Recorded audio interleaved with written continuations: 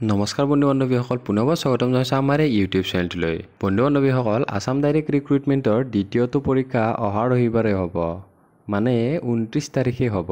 আৰু আপোনালোকৰ সকলোৱে হয়তো এডমিট কাৰ্ডবোৰ ডাউনলোড কৰিছে। লগতে যিসকলে এতিয়াও এডমিট কাৰ্ড ডাউনলোড কৰা নাই, সেইসকলে তলত দিয়া লিংকটোত ক্লিক কৰি আপোনালোকে এডমিট কাৰ্ডখন অতি শীঘ্ৰে ডাউনলোড কৰি ল'ব।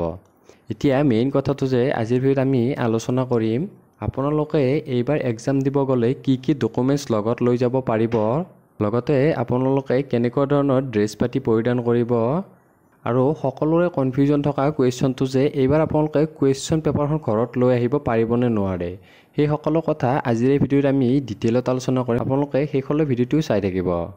ভিডিঅ'টো আৰম্ভণি কৰাৰ আগতে আপোনালোকক জনাওঁ যে যদি আপোনালোকে এতিয়াও আমাৰ চেনেলটো ছাবস্ক্ৰাইব কৰা নাই, তেনেহ'লে আপোনালোকে অতি সোনকালে ছাবস্ক্ৰাইব কৰি ল'ব আমাৰ চেনেলটো।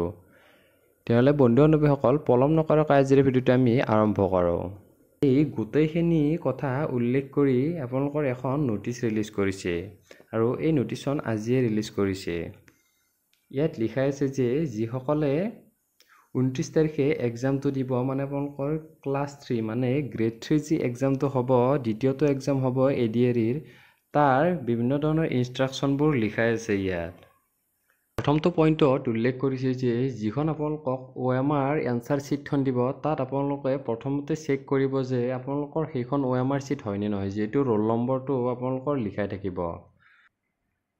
তাৰপিছত ইনষ্ট্ৰাকশ্যনটো লিখিছে যে আপোনালোকৰ এক্সাম ভেন্যুটো, মানে আপোনালোকৰ এক্সাম প্লেচটো বা চেণ্টাৰটো ক'ত পৰিছে, আপোনালোকে অকণমান সোনকালে গৈ আপোনালোকে চেক কৰি ল'ব। এটলিষ্ট 1 ঘণ্টা বা 1.5 ঘণ্টা আগত আপোনালোকে গৈ চেক কৰি ল'ব, কিয়নো আপোনালোকৰ চেকিংবোৰ যিহেতু হ'ব।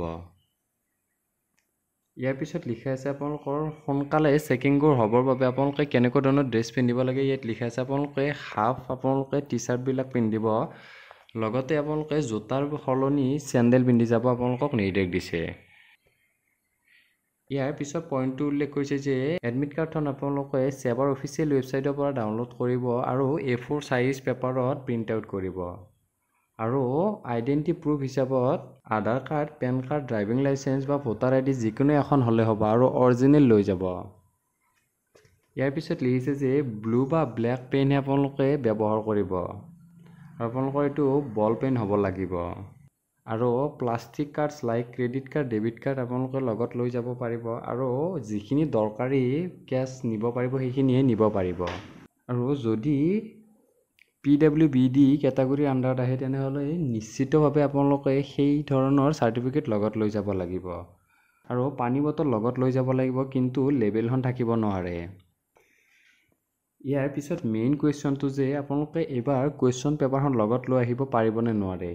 আপোনালোকে এইবাৰ কুৱেশ্যন পেপাৰখন লগত লৈ আহিব পাৰিব। ইয়াত লিখা আছে যে আপোনালোকক এলাউ কৰিব কুৱেশ্যন বুকলেটখন আপোনালোকে লৈ আহিবৰ বাবে, কিন্তু আপোনালোকে OMR এনচাৰ শ্বীটখন আপোনালোকে জমা দিব লাগিব, আৰু জমা দিয়াৰ পিছত 5 মিনিটমান সময় আপোনালোকে ৰৈ দিব লাগিব।